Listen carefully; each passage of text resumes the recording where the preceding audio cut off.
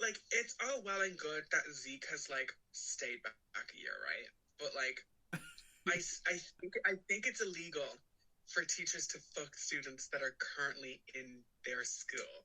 Also, I think it's illegal for teachers to sit at a football game that said, or like a football practice that said student is at, and sit there like, like, that's my one. That's so inappropriate.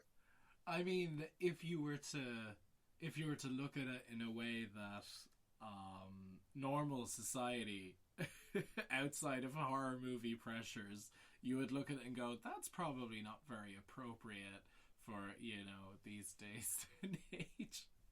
Oh, like, this movie is fucking crazy. There's, like, students, like, smoking, like, right up in the middle of school. And then Famke Janssen has a scene where she's turned or whatever like that, where she's like, hey, you little prick!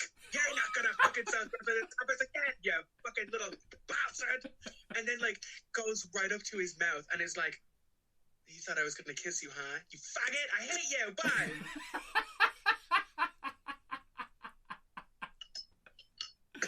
Well, and he's into it. That's what changes his mind, is her being like, listen here, you little prick. Like, he loved that. Yeah, he did. Like, I feel like she almost should have taken the cigarette out of his hand and, like, smoked a piece of it and then, like, given it back or, like, thrown it away, And just spat on him.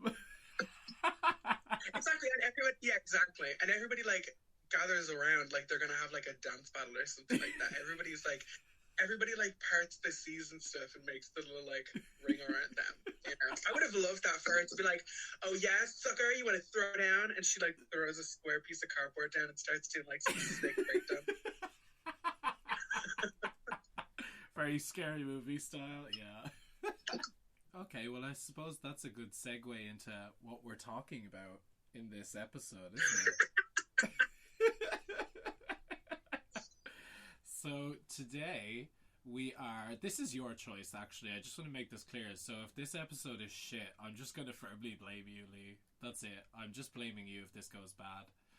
In order to get into it first, we've got to definitely we got to reveal it. We are retrospecting your choice this week. The Faculty, 1998, directed by the always fantabulous Grindhouse specialist Robert Rodriguez, who I actually didn't know directed this film until I'd seen his name roll up on the credits, but we won't get into that. Yeah, same. So yeah, that's pretty much it. I know you have some emotions on... I have some emotions, but, like, they're nearly all good. They're mostly good.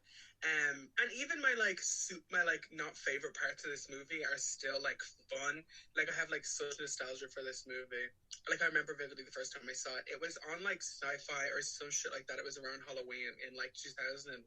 Like, I was, like, a kid.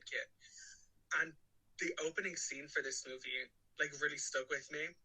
Which, again, I feel like is another holdover from Scream, both having been written by Kevin Williamson. So, like, you can see Kevin Williamson kind of has, like, a little bit of a formula, and it works. It really does work. I mean, his writing and Wes Craven's directing really kind of, like, shook up horror and reinvented it. As you can see, the influence carries up all the way into, like, the 2000s, It's fun. It's, like, it's very nostalgic right around when everything is starting to, like, transition to, like, early 2000s, you know what I mean? It's, like, right where, like, the 2000s and the 90s are, like, starting to meet. Overall, I, like, really enjoyed this movie. End of review. I know you have certain feelings about, like how this film can translate as to, like, a cheap kind of knockoff of Scream, which only came out, I think you said, 2 years prior to it. So it's sort of kind of... Almost to the exact date. Oh, yeah, because they were, released a week apart, 2 years, like in the Christmas period? This came out on Christmas Day, 1998. Scream 2 came out, like, almost exactly a year before that, 1997. And Scream came out December 10th, or December 21st, I think, 1996.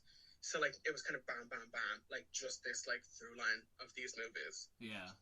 And this is something I'd love to discuss if we get to a topic of like 90s horror or 80s horror things, where we discuss like how themes kind of progress and how you can see like through the decades how they move and things. I think that would be a really interesting topic. But I was telling you this earlier about how sort of those like, I want to say the tropes of you know, like like early 90s, like the kids of high school are sort of like, they're very smartly turned on their head in a way, where like you have Josh Hartnett's character who plays the total, you know, drug dealer, drug head guy, yet he's a total nerd and he knows his stuff. And then you get the quote unquote lesbian character who happens to be, you know, the real freak, and like she's into horror movies, she knows her stuff, all this kind of thing.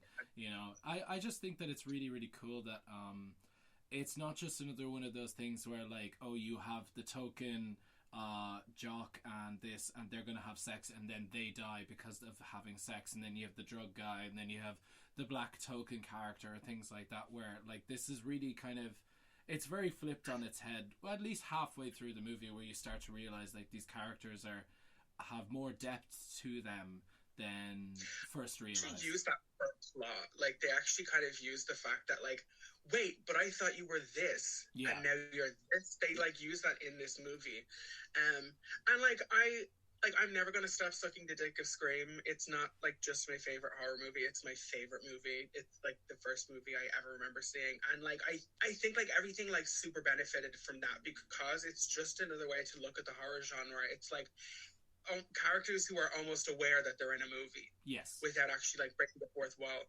and they're smart, you know. And I think all of that can be traced back to Scream. You know, Scream like very like clearly laid out the. I'm just getting all my Scream shit out of the way. Let's like, not suck the dick of Scream's ghost too much, okay? But see, genuinely, I don't think I find it almost impossible to kind of separate these groups of movies, where there's like Scream and I Know What You Did Last Summer and like The Faculty and Urban Legend and all those kind of movies. Jeepers I find it very hard to this time period. Everything was getting flipped on its head, and like we do still get token characters, but like for instance in Scream 2 we get token characters calling out the fact that they are token characters, and also kind of like pointing out the fact that it's like, well, we should be able to die. Like, we should be able to die first. Like, a black person should be able to die first without it being like, oh, the black guy died first. You know what I mean? And, like, I like that we kind of get that whole big, like, turnaround in cinema around this time. And having people actually be smart. Like, we kind of drop the dumb bimbo, like, running up the stairs, and, like, we get all that, like, flipped on its head, you know? Great. Wow. You did this to me like 4 times in this fucking podcast. Bitch. You damn bitch. Watch, I'm changing it into the passwords. You're just gonna Mark Zuckerberg me and like completely like fuck me out of the podcast. Like, this is my last episode and then you're taking over. Yeah, fuck you. No reference to it. It's just gonna be not even a new host. It's just gonna be called I'm Here. Next episode. Wow. I can't. I can't. I can't. I looked into it and I've researched and I found out I can't. Okay, so let's get into this plot before I lose my shit anymore and I turn into like a late 90s like Beavis and Butthead character. I'm confident half of what we just said was going to be cut. Yeah. Okay, so The Faculty. The parallels to Scream and other like late 90s movies is kind of impossible, because all of these movies are all written by Kevin Williamson. There is kind of like a running theme, which I really like. It's kind of a big throwback to almost noir movies, where everything is kind of a whodunit. You don't know who did what, and now with this, it's like it's a big enough switch up from the usual formula, where nobody's wearing like masks. Everybody can be in plain sight, which is great. And this, to me, I wrote this in my notes, that this is Invasion of the Body Snatchers for the Scream generation. Yes. Which I really like. I think it's very, very smart. I think it's very well done. It's very slick. The movie looks great, mostly. Robert, I see you with some of these fucking zoom-ins. Some of these zoom-ins actually had me screaming. Yeah, I really enjoy this film. I think it's quintessential 90s fun. Is it scary? Not particularly. Is it funny to look at in certain places? Yes, like the big dildo arm that Mary Beth has at the end. You know, the fact that like the special effects are so hard to look at in some places because they're just so awkward. Although I will give props, I've said this before and I'll always praise it. When you use practical effects, they're done really well. So like I'll give it to them when they do have the monsters, you know, in reality wise, and physically on screen, it works so much more to its benefit than it's to its detriment of the special effects, because when that monster shows up at the end, you're like, ooh, yeah. It is rough. Yeah, it's rough to look at. Yeah, so but it's good fun though. It's campy fun as you like. I also see there's some good Thing references in there. You know, like the blood test scene from The Thing with the drug test scene in this film. Yeah, also love that. Definitely. I love a good reference like that. So yeah, I love this film. I do. I think it's great fun. This movie isn't like overall like terrifying. Like I was not afraid to go out my back garden at night after watching this movie, you know. But there are some good effective scares, and a lot of it are kind of just what would normally be just somebody standing there with like a slight bit of editing, like with music, can kind of be kind of creepy, and it kind of. I think this movie develops a good sense of paranoia, and this opening, I want to talk about this opening in particular. There's something about the way Kevin Williamson writes an opening kill to a movie that just gets my dick hard. It just makes it for me. Like, but it is. I think he has such a good way of crafting a chase and a stalking. Like again, this is going to be one of the last times I mention Scream, but it's like this to no, me. It's not. Don't lie. Yeah, I couldn't help but see parallels between this and the opening scene from Scream, and I don't think it pales much in comparison. I think this opening is very effective, and this is what I remembered from The Faculty as a kid. Yeah, is this opening and the stabbing. So, do we want to kind of get into it a little bit? Yeah, I do. I have a certain opinion on this scene, specifically because Coach Willis, who is played by Robert Patrick. I love Robert Patrick. He's so Liquid good. Metal Daddy. Yeah. Terminator 2. Yes. He's great in this movie. Love it. But I do recognize this whole kind of like, how do I say it? It's sort of a like almost intentional way, as like you could view it as almost like it could be a rape scene, but it's sort of yes.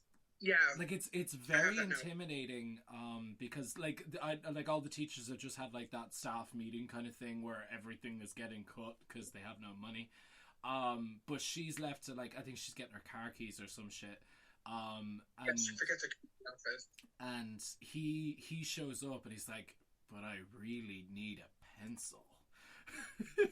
And you look really pretty. He says it like 3 times, and then she goes to kind of leave, and like, it is, if you didn't know you were watching a horror movie, you would think you were about to see this woman get raped, or at least implied. He's kind of like blocking her way in a very typically sexual assaulty kind of way, and he's like noting on like how pretty she looks, and she does look very pretty. She's basically in Betty Page drag. She's got like S curls in her hair and like the smallest little bang. And like everybody, all the teachers in this movie look like they're about to start fucking students. Like everybody in this movie looks like a porn parody version of a teacher. All these teachers are sexy as fuck, bro. Yeah. So she kind of like, and she's sticking up for herself. This is very like a big trope of like the 90s with women. Like women are like not taking shit anymore. So she kind of like, well, here's your damn pencil, whatever, like that. And then he just grabs her hand and just shoves the pencil up through the hand. Oh, it's so good. She takes it up. She starts running around. She's like trying to get out, and she sees that he's like padlocked all the doors, like that, like so quickly. They just came out of a meeting. Yeah, it's so scary. And like, if you've ever done any like extracurricular shit or like detention or like helped or volunteered at school, school at nighttime is fucking creepy. Yes. It's scary. Yeah. Those like starting scenes were definitely something that kind of like you said, like it stuck in my mind quite a bit. And especially with that other woman who plays the God, what's her name? Miss Olsen, the drama teacher. She's like, oh, are you sure they had their hearts set on guys and dolls? And then like for her to just turn around and fucking stab the bitch like several times. Very very like psycho like in a way. Also, she's also in Twin Peaks, so that's where like the Laura Palmer band comes from. It is, yeah. I actually didn't recognize her. I always remember her as being like, no shade, Piper Laurie. I always remember her being like much slimmer. She is kind of like a dumpy lady in this movie. Yes. And like she's like basically in disguise because like the next day when she shows up, it's like not being misogynistic here, but they give her like a reveal as if you're expecting to hear like they're revealing her like how they revealed Sandy when she like became bad Sandy in Grease, you know, like she steps out and you're expecting to hear like, you better go. You like no, like you're expecting to hear all that. Yeah. Like she's not just damsel in distress, she's actually trying to help herself and she fights back. Yeah. We see she grabs like a big pair of scissors, a fucking huge pair of scissors, and then like right away we get this scene where we just see him like bolting it into the class, which is scary. The idea of a man and a woman just kind of isolated in this little area and he's just vaguely attacking her. It's scary and it's very threatening. And then we do get that good scene where she finally gets up to the thing and we see the drama teacher and she's like, help me. And she's like, no, let me go get help. And she's like, don't fucking leave me, bro. Like, don't fucking run away. And then she's like, do you have your keys? And she's like, no, they're in my car. And then she's like, okay, fuck, I gotta go to my office. Her office is right there. And this, I think like this, right around when this scene is about to end, I think this is kind of where the horror height of this movie is. This is where the tension is at its greatest. So we get this, she gets into her office, she finally gets her keys, and then we hear the drama teacher be like, he's coming. So scary. Yeah. And then we look out and he's just standing there and she runs and she goes up to get the door, the padlock unlocked, and he's just bolting it towards her and she gets out and yeah, like you said, goes for her with this fucking scissors. Yeah. Just obliterates the shit out of her. And then we cut into a really, really cheap looking title card. It's so bad. I don't get it. I'm not even going to lie. I'm just going to talk about Scream a bunch through this movie just because like the parallels are like, they just are there. Like these movies are just very closely related. Even the poster is the same. Yes. Where it's like, picture the Scream poster, but with everybody that wasn't in Scream. I even had that note that this cast is just everybody who wasn't in the first two Scream movies or I Know What You Did Last Summer. This is all the other popular teenagers that weren't in those movies that was cast in this. Yeah. And even like the opening is the same where we get like the pan across like the school grounds, you know, and it's like that same kind of music, you know, it's like that very like late 90s kind of like just generic, cool, quote unquote, cool music or whatever. Yeah. And this is where we're kind of introduced to all our characters. And I love how they do this. We get like a freeze frame with like their names on the side. Like that. I like when movies do that. So we're introduced to Zeke, which is not even our main character. I think he's just like the most popular actor because he's like bang right, like center, middle of the poster. Yeah.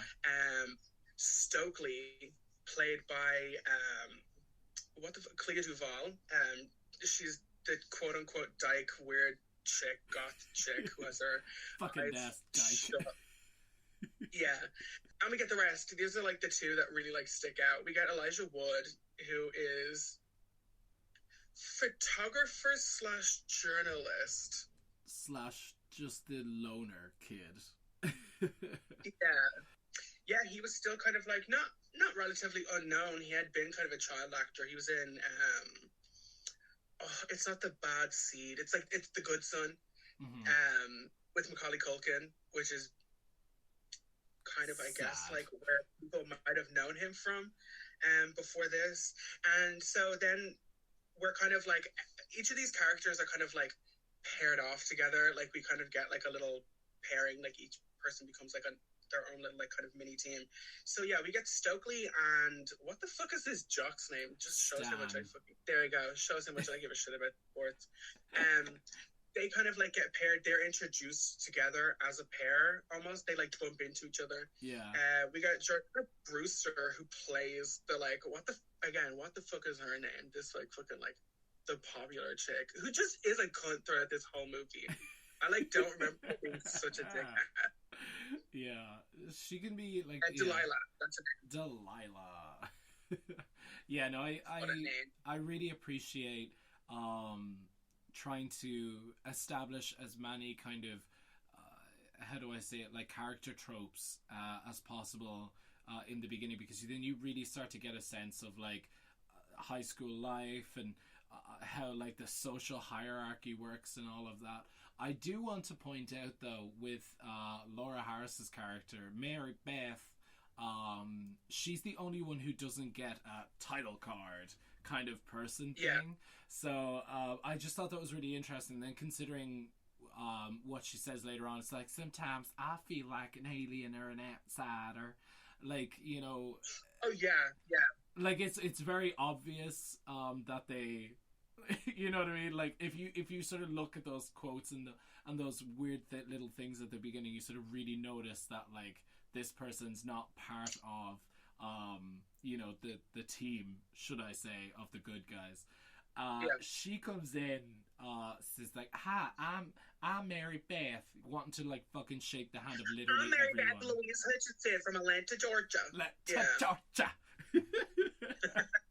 And like she's talking to these like literally, I had to look this up because I thought it was so funny. These two stoners that are sitting in front of the school, and Robert Rodriguez. I am this girl. Like nose ring and all, just literally just like she like Mary like asked like, where the fuck do I go to sign up or whatever, and the stoner just like jabs a thumb at the front door. She stares at her. She gives her a blank stare for about 4 seconds, and then just like no, and then it like pans out a little bit, and it just shows her like. Yeah, like jam her thumb up. And then she's kind of like, I love what you do with your nose ring. It really brings out the color in your eyes. And then just leaves or whatever like that. And then they shoot back to that like stoner chick and just like focus on her for like 5 seconds unblinkingly. Yeah. And that's the last we ever see these chicks. They actually I literally had that now. I said, I am this chick sitting on the steps. Looks like a bitch. She will help you hesitantly, but she will help you. I just want to point out that the two of them who are sitting, the two like I want to say stoner heads because that's the only way I'm gonna describe them. Is Robert Rodriguez has them in the script and in the title credit or the end credits as fuck up number 1 and fuck up number 2. That's fitting. That's very fitting. I love it. I just think it's so funny, like these sort of things that Rodriguez does, and like these quims. But they also have that thing. This what you call it? That couple that like were in the hallways and they're like arguing at each other, saying "fuck you, your fucking bad boyfriend" and blah blah, and they're slapping each other and all of that. Yeah, I fucking love that shit, man. I just think like there's another nuanced character trope that you're looking at. You're like. Yeah, there is always that one couple that's like fucking constantly arguing with each other and like making a scene. I love these things. I love them. I really do. Yeah, I think Kevin Williamson, in the same kind of like vein that Stephen King can capture childhood very well, I think Kevin Williamson is very good at capturing. I wonder how he would like update that for now, because I think he was kind of known as like the guy who writes for teens in the 90s, because he did like Dawson's Creek and all that shit as well as all the Scream movies. Yeah. And I know he did last summer and this. See, like, that's why I kind of lumped these all together, because, like, they're a very specific kind of brand of teen where everybody kind of, like, wears their stereotypes, like, on their sleeve, but it's not, like, when I say, like, it's not hurtful, like, it's not, like mean. Do you know what I mean? Yeah. Like, we don't get any, like, really, like, harmful stereotypes in these kind of movies. Well, I suppose... We sort of does get do. like a lot. Yeah. I But you know what I mean? I think like stereotypes are a very good way because all of these stereotypes do eventually get subsided halfway through the movie. So it's a very good way to just kind of very obviously be like, she's the popular girl, she's a bitch, he's a football jock, he's yeah. unaware and stupid, he's a drug dealer, he like is a dickhead, and she's a dyke, so everybody hates her. Yeah. But I think it's interesting that you should mention that because like they very very clearly like make it apparent to you, like you said, like they do wear it on their sleeves, like literally, like their our jock guy Stan, he's wearing the Letterman jacket. The quote unquote dyke is like sitting on her own reading poetry, wearing black, you know, short cropped hair, dark eyeliner. The nerd with glasses, the weirdo with, you know, clutching his books, the outsider. Like you do get a huge sense of like, and not that I don't like it, because I love when someone really kind of pushes for those stereotypes and then like does it like is done in this film, where it's very cleverly flipped on its head. Exactly. You know, so yeah, I really do appreciate it. I think it's it's very interesting, and for the era that it, like the 90s, well, I want to say the late 90s, because we were going into the late 90s were very much a segue for the early 2000s era of horror, and I love seeing that sort of intelligence really starting to come forward again, rather than just have the tokenism, you know.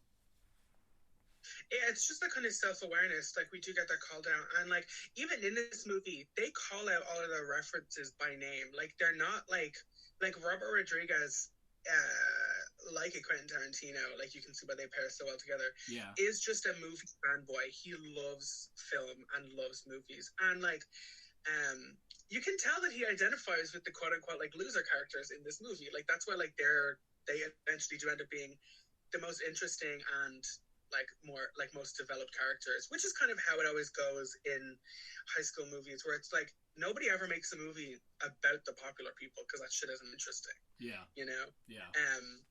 And one thing I actually just wanted to note was the fact that like all of these people, like, so this is our main cast. These are the main characters we're going to stick with. We kind of generally don't leave the school. Everything kind of happens on school grounds, mostly, give or take a few scenes of at home. But one thing I noticed with Mary Beth Elizabeth from Atlanta, Georgia, she doesn't happen to become friends with these people. She, quote unquote, invades in their personal space. Yeah. Because she's kind of following around Stokely, kind of like to a point of annoyance, where she'll be like sitting down for lunch, and then Mary Beth Elizabeth will just show up and like, hi, and is like almost a little like too close to her and kind of just follows her around. So I like that they're like, spoiler alert, she's the queen. So I like that there's like just little like pepperings in that we get that she's not the same, and that everything kind of happens the day she comes to school. Like, she arrives to this town presumably the night before when everything happens, and we're to find out that she was actually the person that spoke to the coach, Robert Patrick. Yeah. I think like even knowing the end of this movie, it's still a lot of fun seeing all the little like strings connect, like seeing the way she's kind of manipulating the story. I find that very, very interesting. I do think the fact that she's I mean, obviously the fact that she is the queen bee, she is the queen alien in human disguise, but she's from Georgia. And the fact that Atlanta, Georgia. Cole Bates works from Atlanta, Georgia. Yeah. Calling you out. I do think that her intelligence can speak volumes, because when she starts talking to, like, I just keep referring to her as the Dikey character. I keep forgetting her name. Stokely. Sorry, I'm going to refer to her as Stokely because I keep forgetting her name. When like Stokely's there, she's like talking about like feeling like an outsider, like an quote unquote alien, and when they're interrupted by Delilah's character, who is a total fucking cunt. I'm not gonna lie, she's a total fucking cunt. And she literally just says like, you should not be around this person because she's a dyke, and like all of this kind of thing. I'm like if I was the new person, like nowadays, like back in the 90s, like the social hierarchy was something that was really important to kids in that time. But nowadays, like if I was to sit down with someone and like find out that they were a lesbian, or if someone was making fun of the fact that they were a lesbian, I'm like, who the fuck are, like, get the fuck out of here, you fucking cunt. Like, get lost. I'm fucking talking to someone here. Fuck off. Yeah, I love their little, like, I do love Delilah and Stokely's, like, I kind of, like, don't. back She's and just a forth. cunt. She's an Well, irredeemable cunt. well, because it's not like, it's not as if Stokely kind of like sits there and takes it. Like Stokely like really gives it like back as much as she can. And like to me, it doesn't seem like it's like, oh, this is gonna sound so stupid, but it's like it doesn't seem to be like a bullying. It's kind of is like a back and forth kind of a thing where it's like you get the sense that like Clea Duvall, sorry, Stokely, you kind of get the sense, the fact that like she doesn't care, like it's a whatever. She's very like I'm not like other girls. I'm lonely and I don't have friends on purpose, and I like it that way. She's very much one of those girls. Yeah. You know, puts a cigarette out like on her combat boots. Like she's very that girl. Very The Craft. But I like the kind of back and forth we get from them. I kind of get that a lot That's as what we well. got There's a from lot of like that kind of Nancy vibe. It's kind of like if Nancy and Bonnie from The Craft had a baby. And the greasiest hair. Oh my god, there is oil products in this girl's hair, and it's always just like stuck to her face. I cannot do it. I want to point actually, so this is something I noticed consistently throughout the film. Stokely, she has these like greasy strands of hair in front of her head, in front of her forehead, and she keeps pushing them back, but she only pushes them back to here. She doesn't like actively put them over her ear. There's always one like right on her eye as well. I hate that. I'm like, you have to fucking gel it into place, you greasy dyke. Yeah, sorry. Sorry, I can say that I've sucked it. That's going up.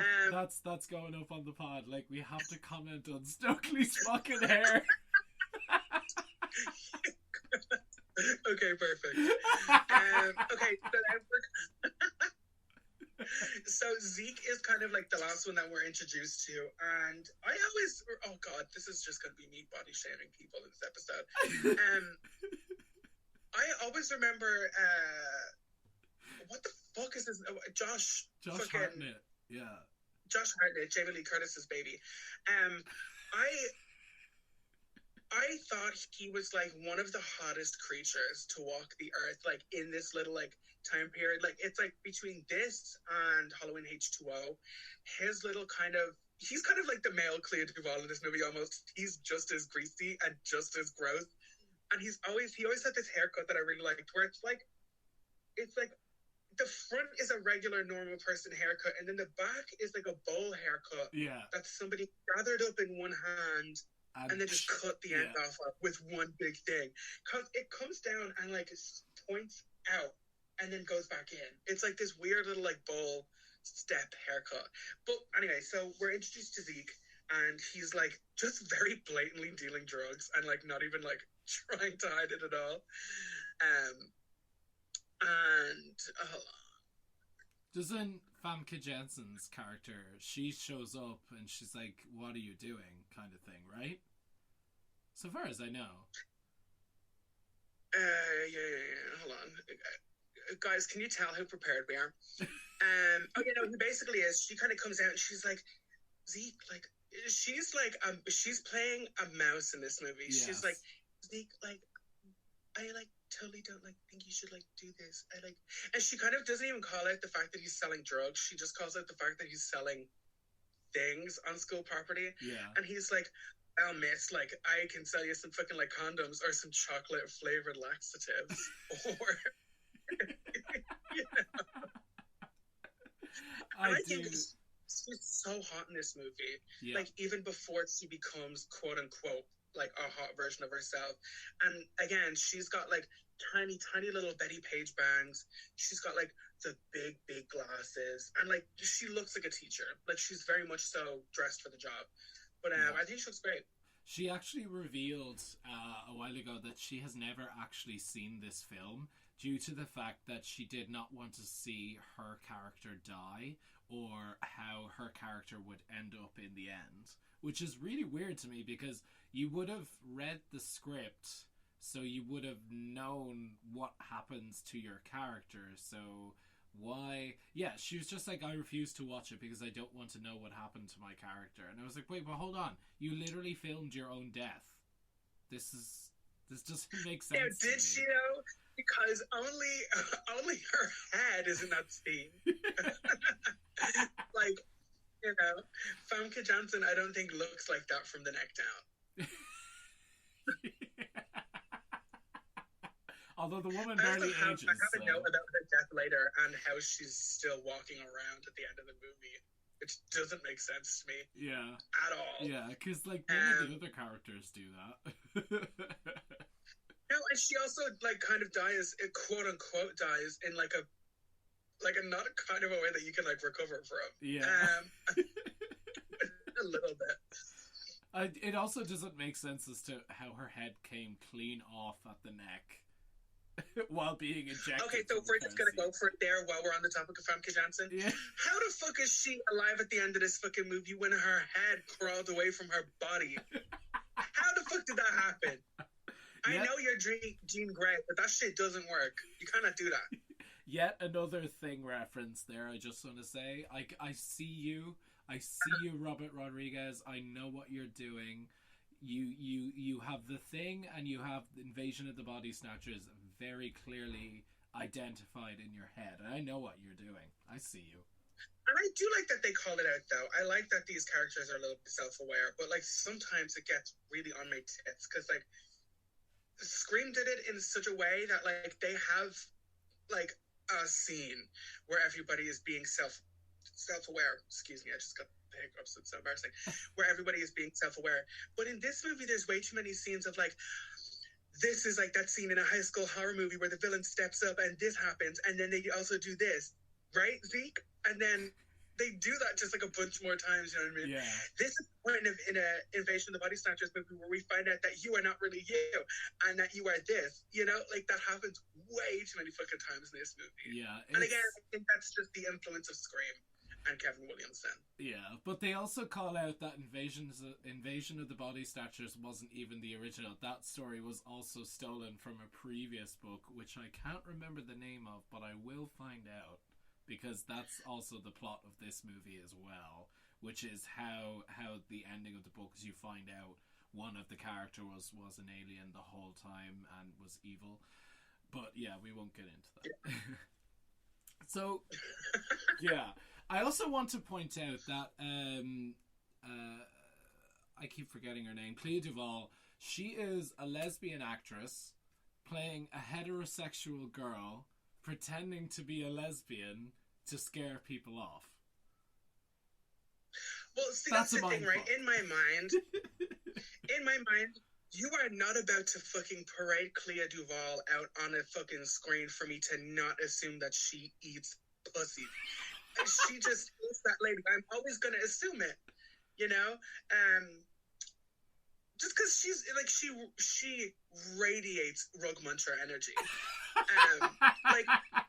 We get I think literally the same year, if not only a year later, we get her in that movie, But I'm a Cheerleader, with fucking, oh my god, why do I always forget a fucking name? Natasha Lyonne, which is like the lesbian movie. It is the lesbian movie. Yeah. You know, so I'm just always gonna assume that her front two nails are just a little bit shorter than the rest, if you know what I'm saying. I'm always going to assume that the shoes she's wearing are flat, and yeah. And her hair is always short. And she never seems to enjoy her husband character in a movie. Not that you want to stereotype, you know, all lesbians or anything, but you know. I do want to point out one other thing earlier, because I only thought of it when I was going over my notes. Is Principal Drake, right? She gets her name from the Drake equation, which is used to estimate how much intelligent life there is in the universe. Which I love, because there's so many bits of the little extra things that Rodriguez has thrown into the film in order to facilitate a wider spectrum for like audience members to catch. You know what I mean? I think it's really interesting that there's so many of those in that. Yeah. So yeah. Yeah. Well, just saying, very quick note before we kind of like actually get into the body of the story. I think that school is kind of the perfect way to display a body snatchers type of story because there is such a hierarchy to it. And they play into that where, like, we know better, but all these characters are to assume that she is Queen Bee, like Principal Drake, because she's the principal. Yeah. You know, that would make sense. They're like, well, she's Queen Bee, she's in charge of everything. And then their next kind of conclusion is that it's the coach, which would also make a lot of sense because, like, he already actively recruits people and, like, all that kind of stuff, you know. Also, very quick note, we get Usher is in this movie. Usher Raymond. Yeah, this is his debut film. Usher Raymond, yeah. But also, he's a baby in this movie. It's crazy. Is he in any other movies? I don't know. Is he? Yeah, Usher did some acting. Usher did acting? Usher did some acting. The man was on cinema, okay? Well, it's kind of like, I think it's kind of like a Jennifer Lopez thing. Like, might have started out one way, known for the other. But, so anyway, we get Casey, who is Elijah Wood's character, basically eating lunch by himself, as a loner is known to do. Like, kind of like up in the bleachers. And he finds a little, like, cephalopod slug-looking thing on the ground. And, like, picks it up. And the coach kind of, like, comes up behind him and is like, what are you doing, you little freak, you little bitch? Like, this coach is always on level 10. Is always wanting to be hurting somebody. And then he's basically like, oh, you're fast, aren't you? Huh? You think you're really fast? And then he's like, yeah, I know, I'm pretty fast when people are chasing me. And he's like, oh, wow, I'm sure we can, like, arrange a chase on the thing, you know? Like, basically, like, kind of, like, trying to, like, recruit him to the team or whatever, which does work in the end. I love that actually comes full circle because at the end of the film, of course, he's being chased by the whole football team and he actually gets away from them, which is really it's good because it's like a Chekhov's gun kind of thing. Like, the theme is introduced here and then it's brought to fulfillment before the end of the plot. I'm just spouting nonsense now, haven't I? You're fucking nervous. Jesus Christ. Can everything not be a fucking academic construction? Can we once just chat shit about a fucking movie? Actually, everybody, if you'll notice here, she's called Drake for this. I'm joking. So ruin my reputation. So he brings reputation. They don't even know what you look like. That's true. And you will never know this face. I, however, took the first opportunity to post a picture of myself on the podcast Instagram. So anyway, we get that kind of that same day. Also, this movie takes place in like 4 days. Yes.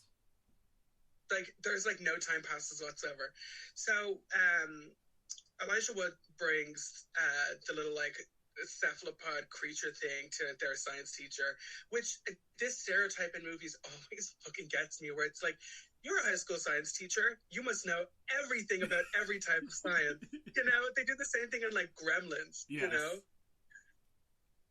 so he brings it in and they're all kind of like oohing and awing at this thing, and like they all think it's dead, and he's like, well, I think you might have like found like a new species. Like, shit happens every day. And then how the fuck does it happen? Oh, Stokely like spills water all over it. So everything is the lesbian's fault, I guess. But so they kind of like put it in a tank of water just to be like, well, look, like it's very obviously like ocean dwelling, like it's not going to die. So they throw it in, and it like spreads out all these weird little like tendrils, like all these kind of weird little like red like vines kind of like come from its body. And this dude just sticks his fucking hand in it because he's like, the surface texture changed. Yeah, like, and what? Why would you do that? The mouth of this creature is weird because the mouth doesn't open. There's all these little like arms around the head that pull it open and keep it open and then close it shut, which to me just doesn't make sense. There's no fucking reason for it to be. I also want to so get the fact that sorry, go ahead. No, go ahead. The fact that I dare you. I'm joking. That Zeke's character is the one that's actually correcting the science teacher in a way. Like, again, there's it's a cephalopod, which was from the ocean. But I love it because it's flipping those tropes on its head again. It's like he's the drug addict, he's the drug dealer. Like, of course he wouldn't be intelligent, but in point of fact he actually is, and it's very evident like later on in the film. But like you really start to get that sense from this moment onwards that you're like, oh, actually he's actually the smart kid. He knows a lot. We got that a lot from Mary Beth as well. She's also just kind of like in the background of all of these scenes. And again, she kind of like gradually just is part of this group. You know what I mean? Nobody ever was like, oh, this is my friend, blah, blah, blah, blah, blah. Or they never had like a bump in kind of a scene. She just works her way into this little group that kind of emerges and is trying to like kind of latch on to Zeke as well. She kind of like develops this thing on Zeke. She's like, wow, you just know everything. You know what I mean? Sorry, I'm literally just doing like, she's not even that Southern, but she is very, very Southern. I'm giving her like a Britney Spears accent. In real life, she's actually Canadian. Well, just right. Like...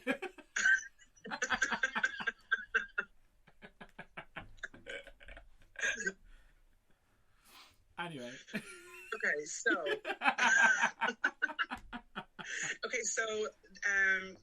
I called her Jordana Peterson earlier. It's Jordana Brewster, like the main chick, Delilah.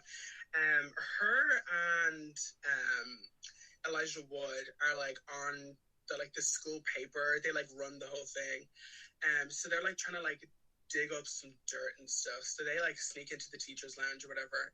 Did you ever do that? Did you ever manage to like get into like the teacher's lunch area in school?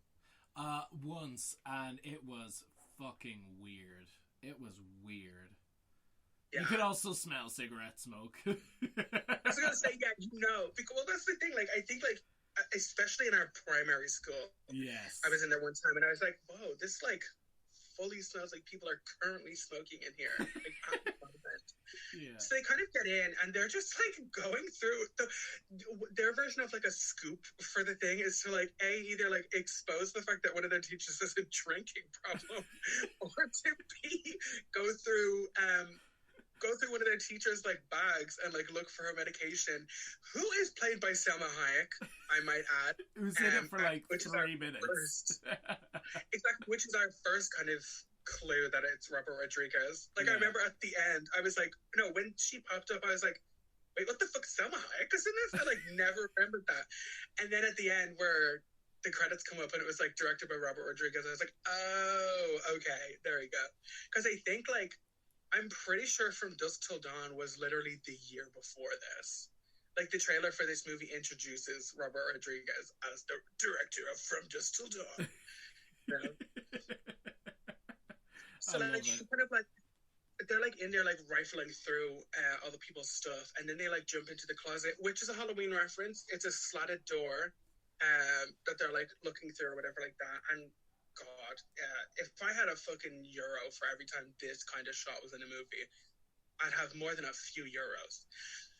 So Robert Patrick, Piper Laurie, they like come into the room, right, and they're like incessantly drinking water. All of these people are just like chugging water, which I relate. I'm a water champ too, but they're like, wait, no, he drinks water and she doesn't drink the water. She picks up the water and just throws it in her face. She throws it in her own face. I love the fact that she's got that like windswept hair, and then like when she smacks the water, her hair just like sticks up like this. Yeah. So she just throws a glass of water in her own face, and then Selma Hayek comes in, and Selma Hayek is just sick throughout this whole movie. Every second line is her being like, "It's fine, it's nothing," like just coughing throughout the whole thing. And then she comes in, she's like, "There are not enough drugs in this world," and then they kind of just like turn to her and like approach her and just like pin her down, right? And like we're still seeing this all kind of like through the slats in the wardrobe or in the closet. And funnily enough, it's not Clea Duvall that's in the closet. So Selma Hayek starts like getting attacked, right? And they're like holding her down. And then Robert Patrick like puts his mouth like up to her ear. And at this same time, they find a dead body. They find like, I think she's like, what is she? I don't even know what teacher she is, but she's like this very, very old, decrepit lady anyway. And she just falls out of the closet, like on top of them. Yeah. Like rotting corpse, yeah.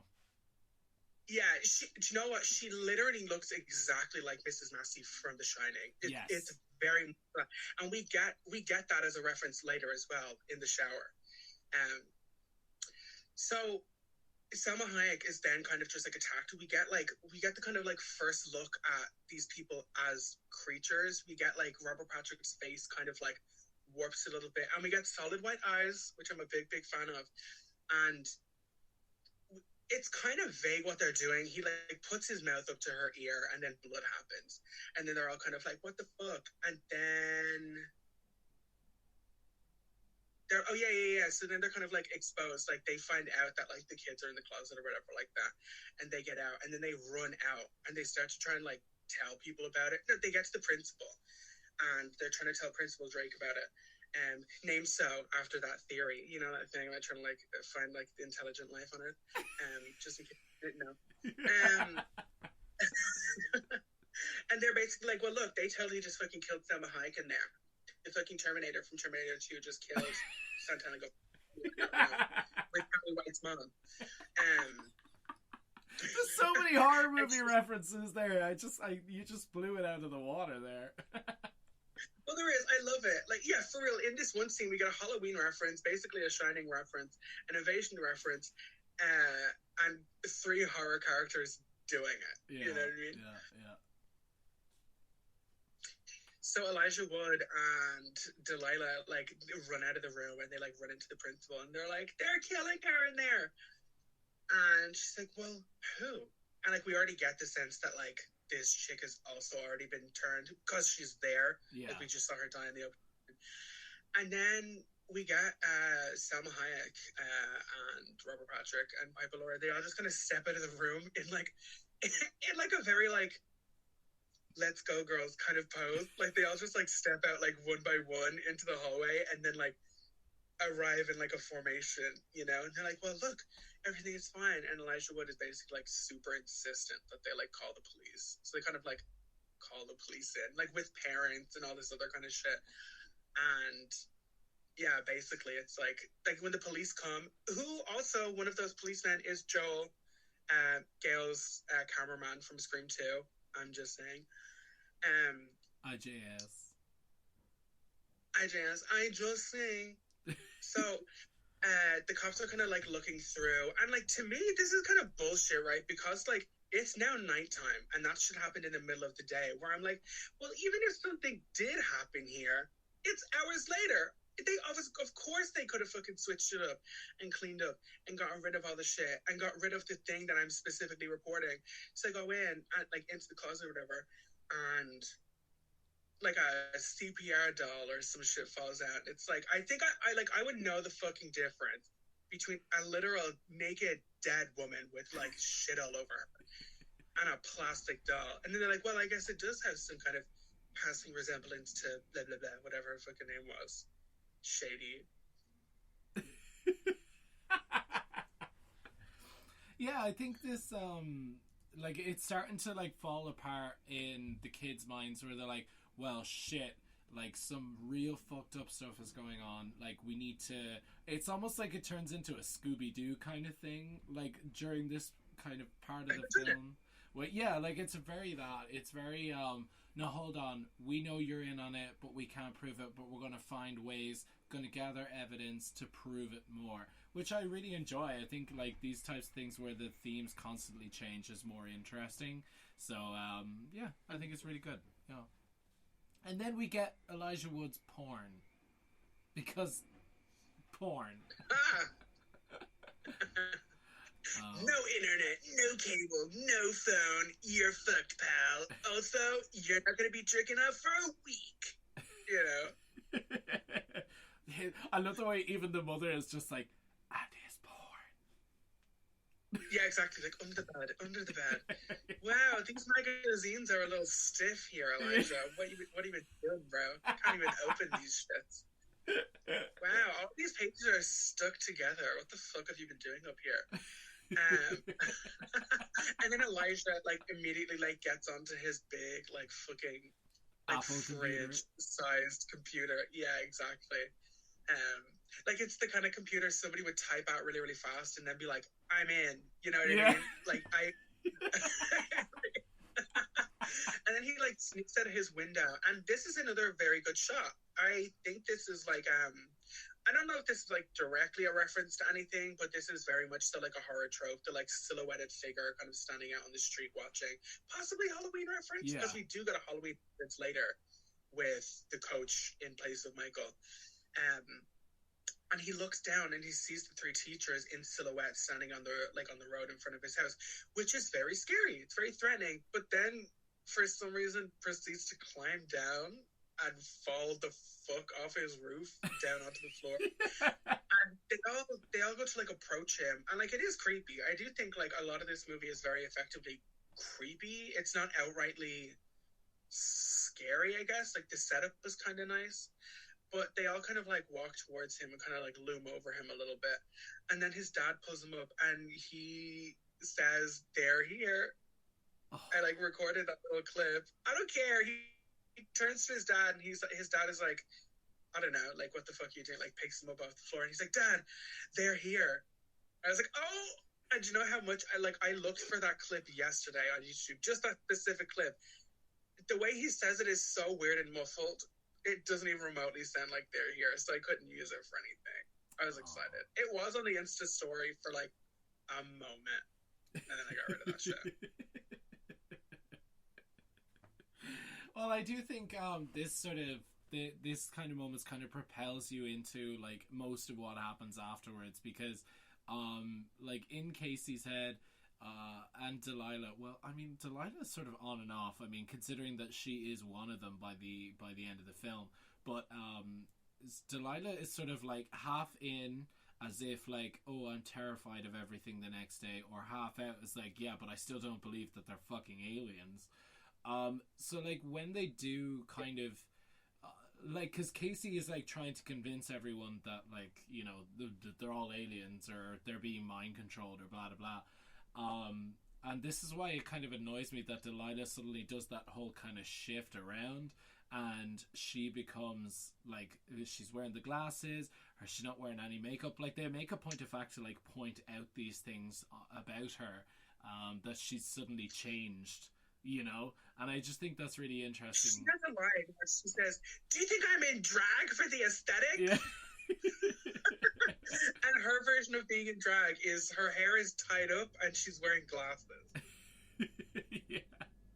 No one will notice. She's trying to disguise herself from all of these people are your classmates, and you're like quote unquote the most popular kid in school. You know, like you're not Clark Kent. Like, oh, that's that girl from yesterday, but with glasses on and a shirt. Yeah. You know.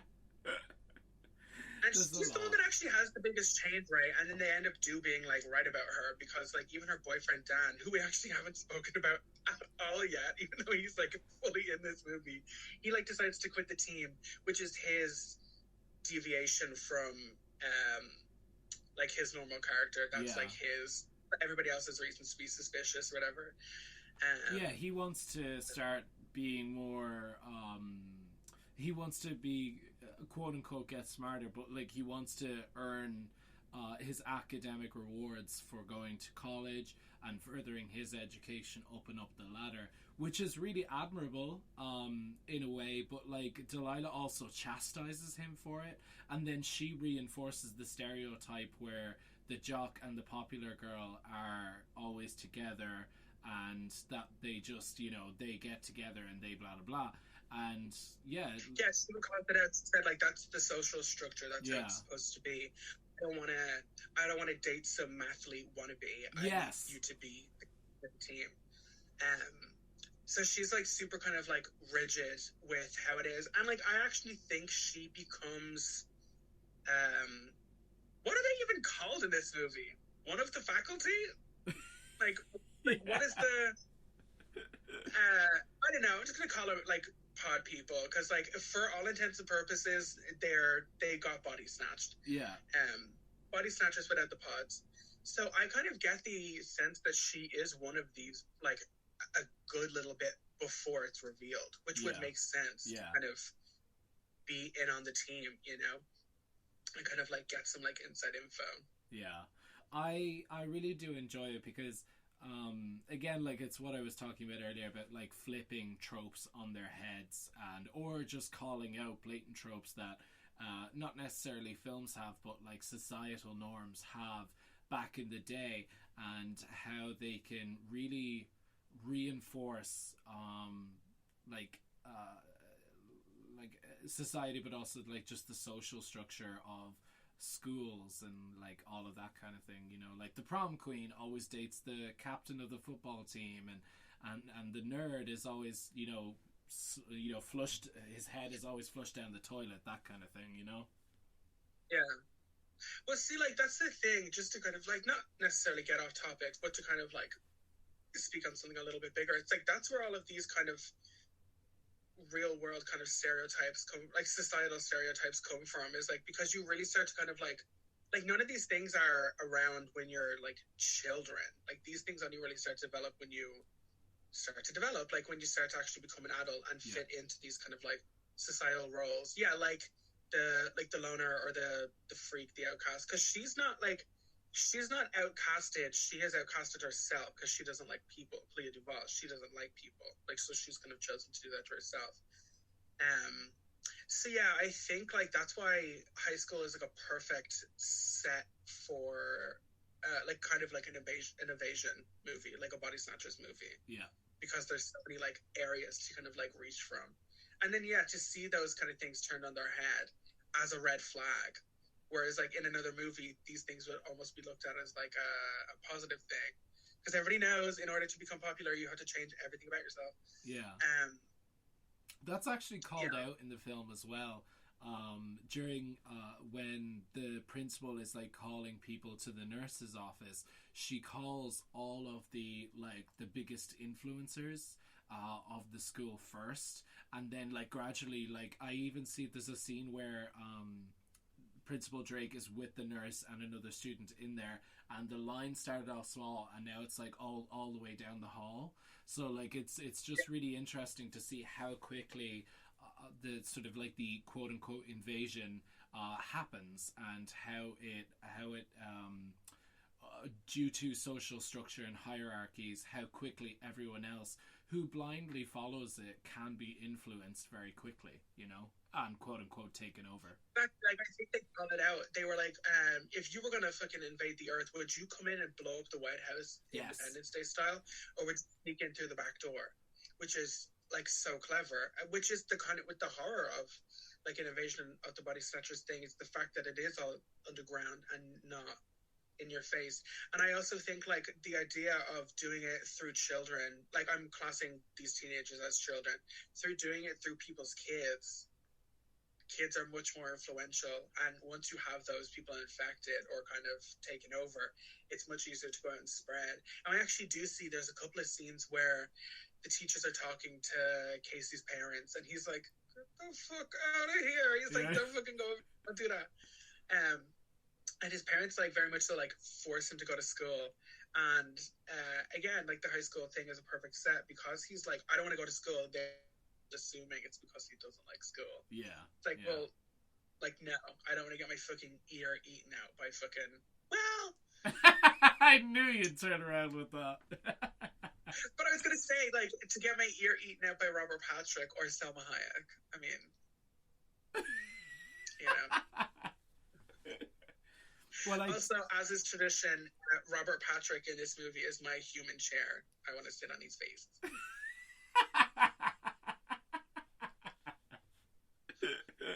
You would, of course it is. You're gonna get it in there. You might as well get it in fresh.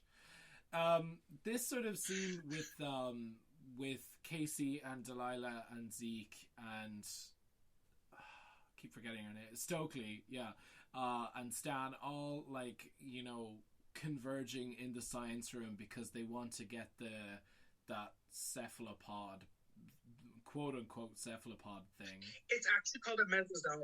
That's the name of this species. What is it called? Bitch, a mesozoan. A mesozoan. Wow. Okay. So anyway, back to what I was talking about. They like to they very clearly call out the fact that the like, where are the pods, like if this is Invasion of the Body Snatchers, where are the pods? It was like, well, there's most likely no pods, and they keep looking back to Stokely to like confirm, like, well, okay, if this is not, what's the next step? Where will they go from here? What do they do? And I love that because you read the book once, give us all the answers. Yeah, you know? And actually, this like is the all first. these aliens are just doing this in a reference to Invasion of the Body Snatchers. Yeah. Like they're just like, this was their game plan. This is like an art project for them. As like Stokely says, they're like, well, what happens at the end? And they're like, well, in the book, like, we lose. Yeah. You know? Yeah. This is also the first time that Mary Beth from Atlanta, Georgia, refers... from Atlanta, Georgia. And that is the night that the lights went out in Georgia. This is actually the first time that Mary Elizabeth refers to the master coordinator of all the aliens as a she and as a queen. No one else refers to it as that. So I thought that was so interesting. Again, it's another foreshadowing that, of course, spoiler alert, if you don't know, Mary Elizabeth is the alien queen.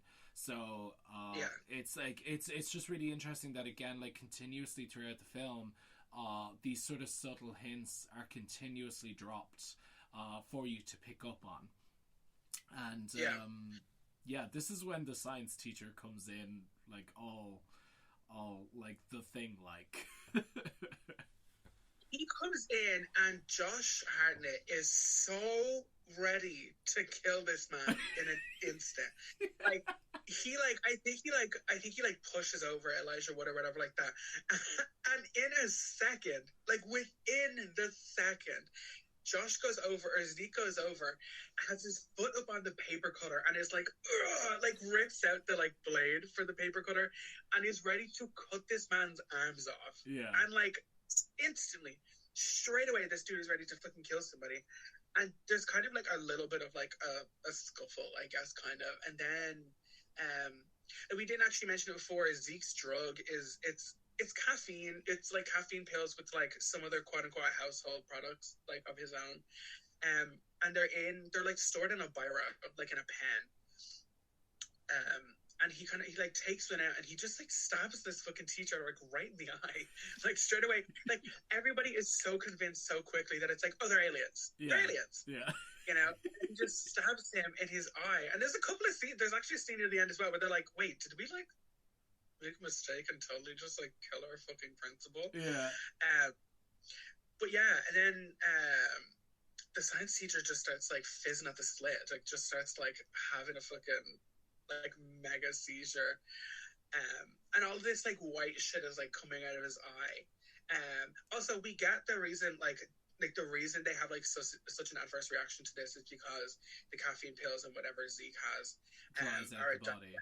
Yeah, exactly. So like they like dry you out, you know, and that's why all these things like freak out so hard. And then like so it's kind of confirmed to everybody then and there that like, okay, there's aliens. Like, it is fucked up. And this, it almost moves from this, like, there is almost no first, second, and third act.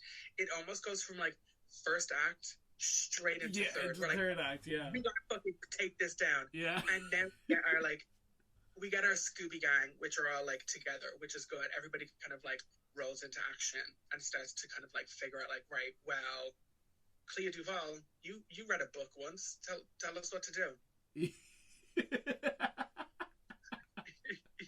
I want to commend Robert Rodriguez for really like pushing the whole like, how do I say this, like fear of one another, because this following scene where they sort of like they leave the school as to like don't show emotion, don't blah blah blah. However, when they leave the school, like all these students are like just literally blatantly staring at them, like as they're trying to like get to their car. Like, well, dude, I mean, they kind of know. They know you haven't been taken over, so like there's no point. You just need to get the fuck out of there. And yeah, and like I've actually said like a couple of times on this podcast that like I love horror that is in the background, yes, like a slow creeping, and the idea that this was all done in the day, like within one day, singular. Like students have started to be taken over basically the entire school. Yeah. They call it out. They're like, well, everybody's already been fucking turned, and I only found that fucking creature yesterday. Yeah. Like, that's why they're spring so hard into action, because they're like, if they can take over this whole school in 24 hours, how fucking quickly is this shit gonna spread? So they really kind of kick into action. And they go back to Josh Hartnett's fucking, like, meth lab, and we get the idea that he's a rich kid, right? But his parents don't give a shit about him, allegedly. Like, they're like, where are your parents? And he's like, I don't know, Europe or whatever. So they're just kind of like off somewhere. So he has, like a whole fucking chem lab set up. And like, he's got like Bunsen burners and all this glass, tubing like tech and stuff, like yeah. And some like 4 of those things are just bongs.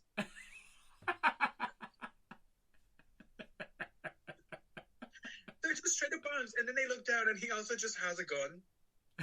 Yeah, just lying on the table, yeah. He's staring at it, and then I think he comes over to Elijah Wood, and he's like, sorry, I turned over here for dramatic effect, and he's like, what? It's a gun. You never seen one before? You know? And a rat. He has a rat in a cage. He's so cute. I love rats. Cute rats are cute, poor little guy. No matter how much people don't like rats in horror movies, rats are cute, and I will always, always, always be in favor of non-cruelty to rats. Because they're cute. They're lovely. You know, rats are the cutest shit ever. Also, pro tip, if you're ever going to get a rat, you have to get 2, because they're just as socialist people, and they will go crazy. That's true. That's true. We know how that feels. So that's what we say on rats. So they have the...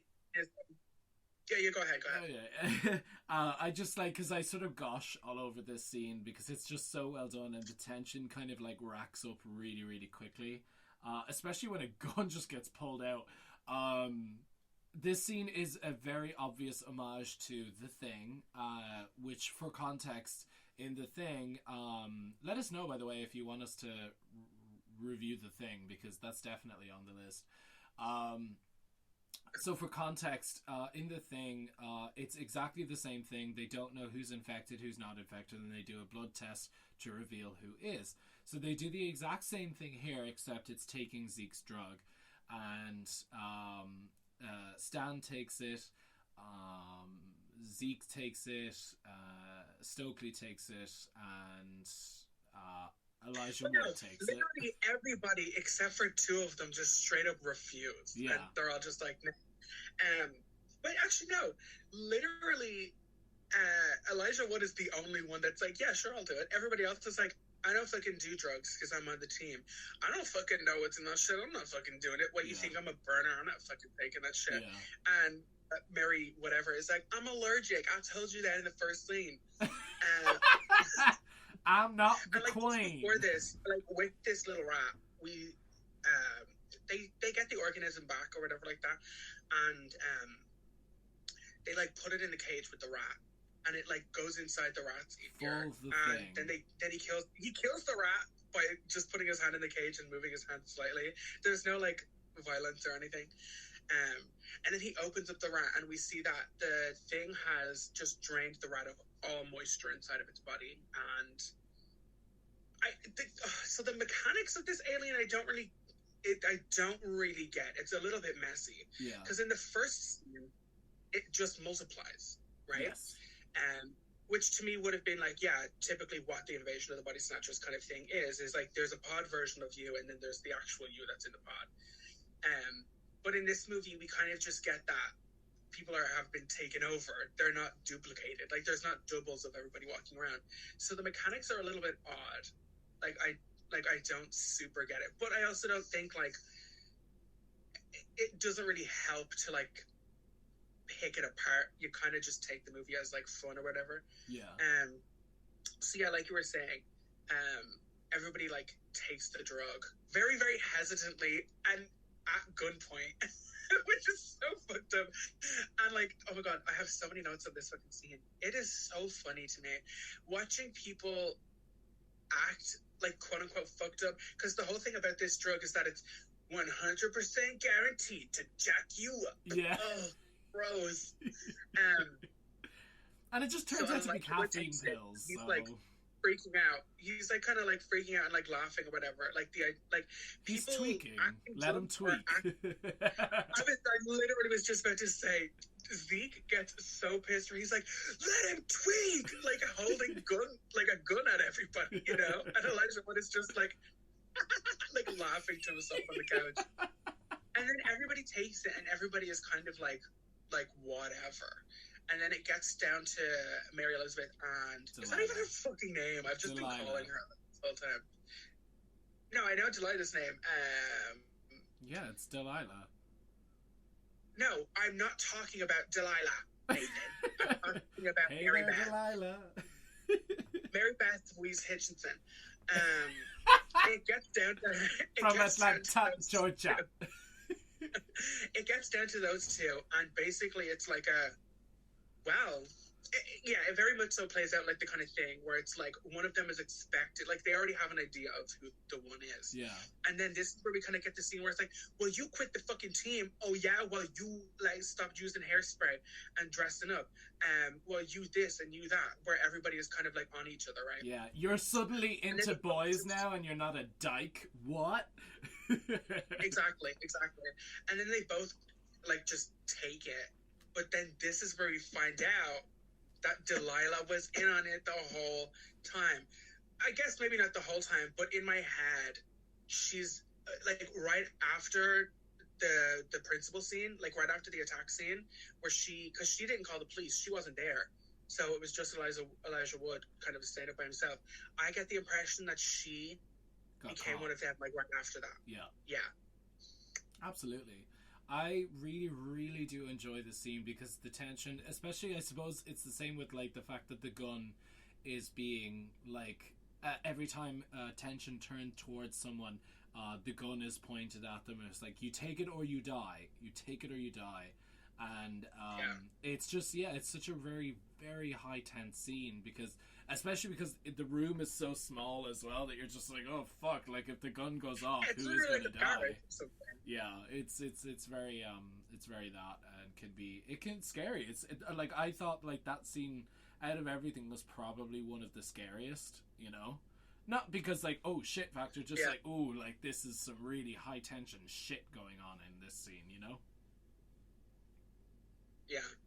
So, like, after this is where we, like, kind of move on to... Well, what? Oh, my God, Nathan, you're so right. I love that. I am amazed by what you've just said. I almost wish you would say it again. Joking. I don't want to hear you say it again.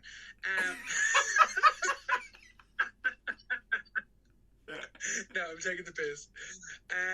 Out of me. So yeah, basically, like this is where we find shit out, and she just kind of like bolts it out of there. Yeah, Delilah. She just like gets the fuck out of there, and this is just a random taxi waiting outside for her. For some reason. Yeah, exactly. She just hops the fuck in. So there's like this is the night of like the big game where like everybody is, and this is the kind of the night where they decide like right, we got to do it like tonight because everybody's gonna be there. Like anybody that is infected or is yet to be infected is going to be there. Like, it was kind of set up earlier that, like, the reason why the football gets all the funding, heteronormativity, I'm joking. The reason why the football gets all the funding is because the stadium is filled every Friday night, like, every single week. So everybody's going to be there. So they decide to get all their shit together. Like, they kind of get, like, whatever, like, reserves they have left of this little drug. And like bring it to the school, and this is where like everything is like about to go down, and Stokely kind of comes to the conclusion that she's like, when it comes to the conclusion, she's going off what what fucking oh my god, why do I keep forgetting her fucking name? What Nicole Page Brooks had said, that there was an alien queen.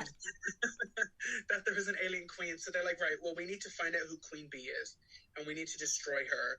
And by vampire rules, everyone goes back to normal. Yeah, everybody goes back to normal for some reason. So they kind of arrive, and for me, it's a little bit too easy that like they know that everybody kind of knows that they know, but they also kind of just show up and are able to just walk around the school and not have everybody just do the invasion thing of like calling them out. So they get there, and then we kind of get the scene where they're like trying to like identify, like, okay, well, like, who is it? It makes sense that it will be the principal because she's Queen Bee, and if it's not her, then it's him, you know. And they're like breaking it all down, and they're like one step ahead of where we think that they are, because they're out there to kind of lure the principal, who they think is Queen Bee, into the building, which I think was very, very smart. Like, these people aren't stupid. Like, they make all the right decisions. The aliens are just more numerous and a little bit smarter than them and have kind of the inside story. Yeah. So this is kind of where we get like the gymnasium scene where there's like a little bit of like chat going on, and then the principal comes in and she's like, what the hell are you all doing here? And she's like trying to convince them that she's like not an alien, where it's like, you don't think we don't fucking know? What are you, fucking stupid? What are you, deaf? Of course we fucking know. You just started dressing sexy one day after all of these shit started happening? You got me fucked up, Miss Burton. Or whatever your name is. Miss Drake? Who the fuck is Miss Burton? Jesus. I do want to point out that a lot of the thought process in that scene was like, oh shit, did we just shoot the principal and she wasn't an alien? Because like at that point where like just like right at that point where all the blood starts to like come out of the back of her skull, like they're all looking at it going, oh fuck, did we just do that?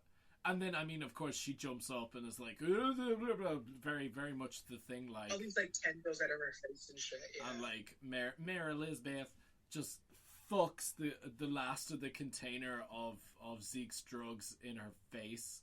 And, like, just the bitch melts. All of it. The bitch melts. Yeah. And, like, he kind of looks at her like, what the fuck? That was, like, all of it. Which, again, is so... another little... not a hint, it's just one of those things that is better upon a rewatching or like knowing the thing, because it's like, that's so smart. Like on her side, it's so smart to like throw it all and just get rid of it all. Yeah. You know? Like there's kind of I suppose like the ending has already been spoiled. This to me, I was actually only thinking about this morning again because I only watched it last night. The idea that she's trying to sell the idea of joining into this thing as like it's peaceful and nobody fights and nobody dies and it's great and it's endless oceans, like we all come from just a planet that's just ocean and all this kind of shit and it's all peaceful. But I'm like, well, like I get that that's supposed to be like tempting, but it's not even true, because this queen is willing to throw away grunts and kill people in front of people to throw off the scent. So it's not even like, oh, well, you know, it is kind of tempting. Like, it could be nice to just, like, not exist or anything like that. It's like, no. It's all a lie. Like, that's just, like, an extra little bit of, like, there is no way out. Like, it just is evil. It's just a straight-up evil plan. Yeah, you know? Yeah. I kind of don't know, because, like, this, like, what I really find about this last, like, because, like, there's about, less than 20 minutes of it left. Yeah. And like when it comes to this film, especially with this last like I'd say 20 minutes, there's so much like the storyline slows down and then speeds back up again and slows down and speeds back up again. It just kind of gets like you kind of get battle fatigue in a way, you know, the way like you just consistently like, oh, it's so much sword swashbuckling that you're just like, you're getting tired of like looking at it, your eyeballs are being assaulted, that it sort of happens. Yeah, it's just like it sort of happens in this, and it just kind of gets a little like lost and long and irritating. But yeah, it's just kind of, it happens several times where I know that Stan goes out to confront the coach because all of them decide that, like, if it's not Principal Drake, then it's the coach because he was the first one that they kind of confronted or whatever. And it ends up not being the case in him, and then Stan gets infected by doing it, and then he fucks out like the last of the serum or whatever. But like it slows down again, and no, it's just like I want to point out like the fact that there's the 10 and then it slows down again. It speeds up, then it slows down again. It's like consistently like it's 3 minutes of action, then it's punctuated by 5 minutes of talking over the last like 20 minutes of the film, and it's just, it gets kind of irritating, especially when you're just like, okay, now we know Mary Elizabeth is the thing, like, is she gonna kill them or is they gonna kill her? Like, can we just get to that? You know what I mean?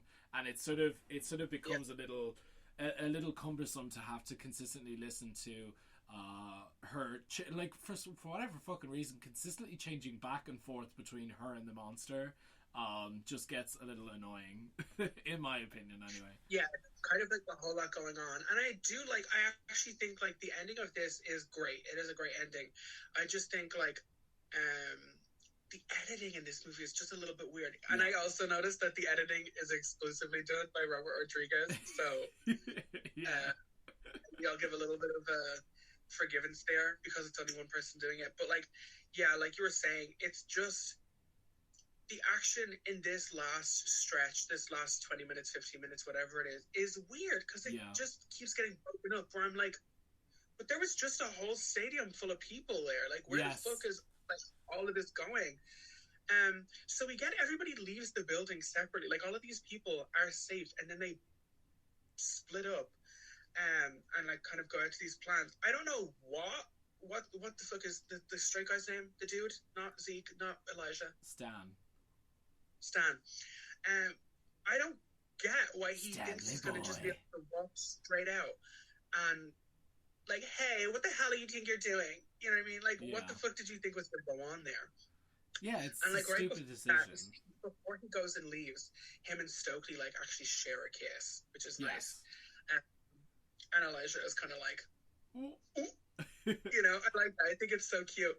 Because what did she say? She's like, I thought you would never do that. And then, like, he catches her saying it. He's like, that is so cringe. Oh my God, what a freak. I'm going to tell everybody you fucking said that, you fucking lesbian. And then we get Zeke and Elijah. Sorry for all the, like, names, like, swapping back and forth with these. Like, I don't care enough. To, like, keep referring to the notes. I think it's just cleaner this way. And you know who we're talking about. But we get this kind of plan where they're going to split up. So eventually it's just Nicole Page Brooks and the lesbian. and the lesbian in there. So the plan is that Zeke knows that he still has, like, some, like, small backup reserves in his car, but they need to, like, which again doesn't make sense to me. I'm like, you would have had to park your car all the way over there and walk through all of these people to get to the school. Why wouldn't you have just parked your car right there? Why did he not just take the drugs in the first place? It's just, because he didn't know that they were there for sure. Because he goes there and he doesn't actually think there's going to be any, kind of, because I don't think there's any in the boot. And this is where Famke Janssen kind of like, wait, just a very, very small piece of backpedaling. Famke Janssen, if, like, gets turned and then she shows up as, like, essentially Dark Phoenix and is like, listen here, you little prick, you won't be selling drugs in this school ever again.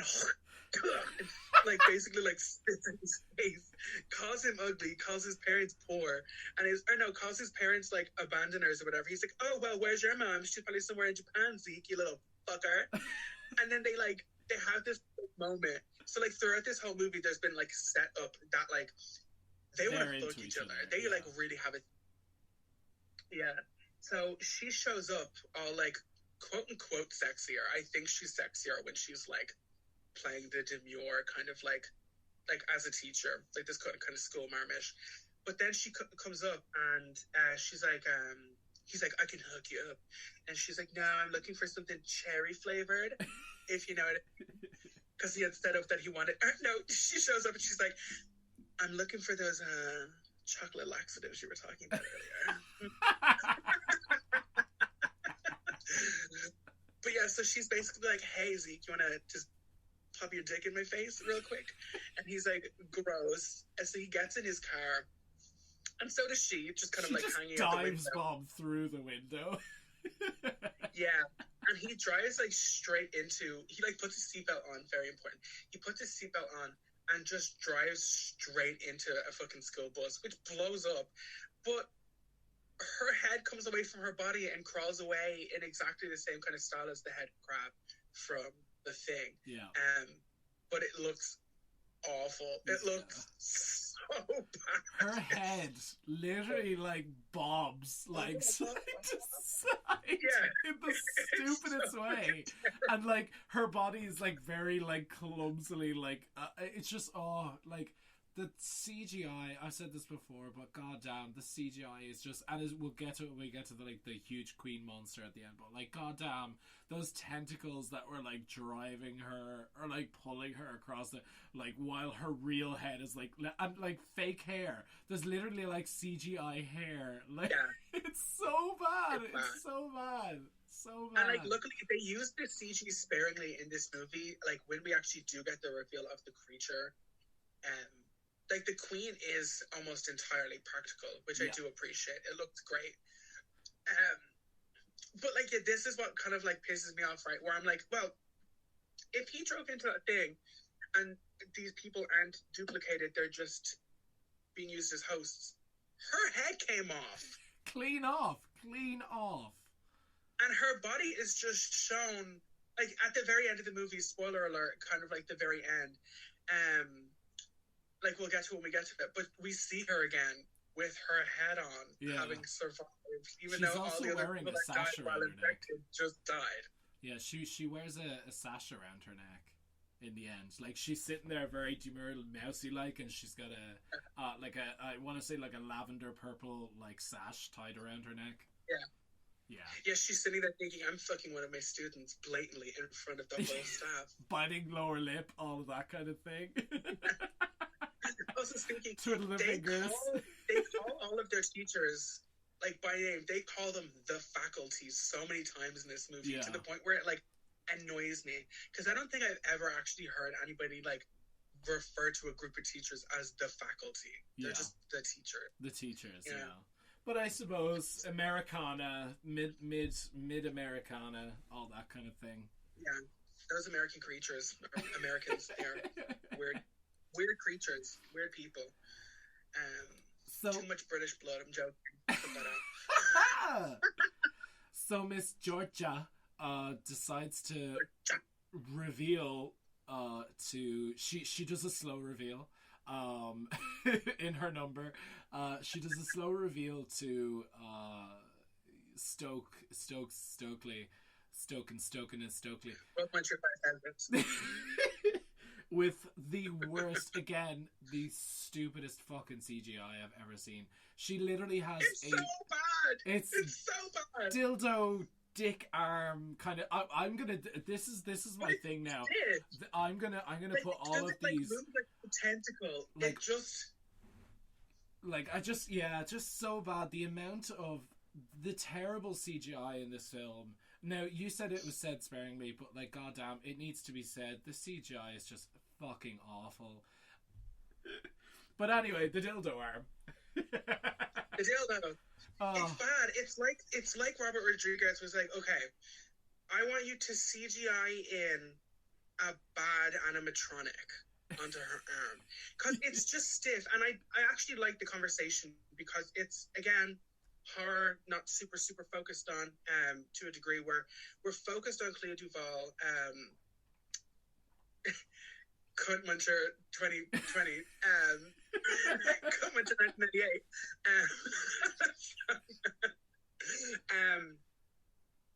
lover of women, and she's like focused on short-haired angel. It's like focused on her face, and she's talking to Georgia. Nicole Page was like, well, yeah, haven't you ever just wanted to like be part of something and like blah, blah, blah, and whatever like that, and then she just stands up, and it's god awful. But like kind of after that, we only get like a couple of scenes of like the thing swimming or like running somewhere that like I get that they probably couldn't have done with practicals. Yeah. But just don't show it. Just don't show it if it's gonna look bad. This one thing where Elijah Wood and Cunt Muncher 5000 decide to run in the long way around the pool. Did this annoy you when you seen this? Because like knowing that this creature is an aquatic creature and you run into the pool area and you literally run the long way around the pool rather than just going. They do a lap of the pool. Oh god, it annoyed the shit out of me. And there's a side of the pool that's like right beside them that's just a straight line. Yes. They come out like they could literally just run straight across it, and they don't. They run around one side and then around another. Like they do a width and a length of this entire fucking pool. Oh god. And she's naked as fuck, right? And Stokely is also there, and she's like, "Don't go near her." Like Stokely is like, "Don't go near her. It's her. Like it's entirely her." And I don't even understand why Nicole Page Brooks is like trying to hide the fact that it's her, because it's like, but why are you naked and soaking wet? And then this is where it all kind of goes down, and just immediately she just turns into this giant, like a bug from the ocean, like some kind of insect, ocean crab, tendril, octopus, vaguely aquatic creature that kind of just chases him for a few minutes. Yeah. And Stokely gets infected. Stokely becomes one of them for a moment, and that like fucking sucks. I don't know why I like falsely remembered her like not living through this, and I was like, oh, like that kind of made me sad, because she's like, as much as we've like ragged on her for this movie, she's like my favorite character in the movie. Yeah, I would agree too. I think she's apart from Mary Elizabeth Winstead, she's my favorite character. Mary Elizabeth Winstead. The thing. Representing Georgia. Yeah. Yeah. And she threw that baton in the air so hard and with such fury that it set all the lights off, and you will know, and your children will someday know that is the night that the light went out in Georgia. Yeah, sorry. This is true. She's how from the works. South. Let's just say. She's a peach.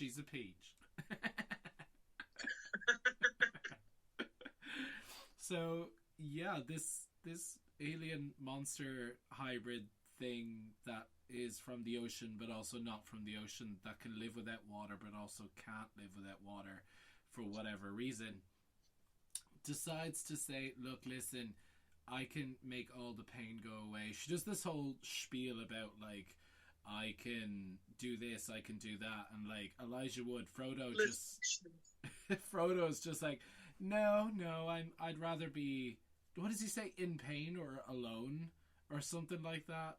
And she's like, fine, have it your way. And she just like again repeatedly transforming back and forth, and then like to the I couldn't tell in the dark whether it was the real one or the CGI one. I couldn't tell, but either way it was shit.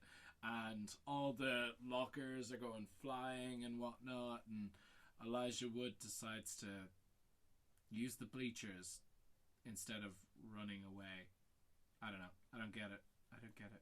But it worked. It's literally what works.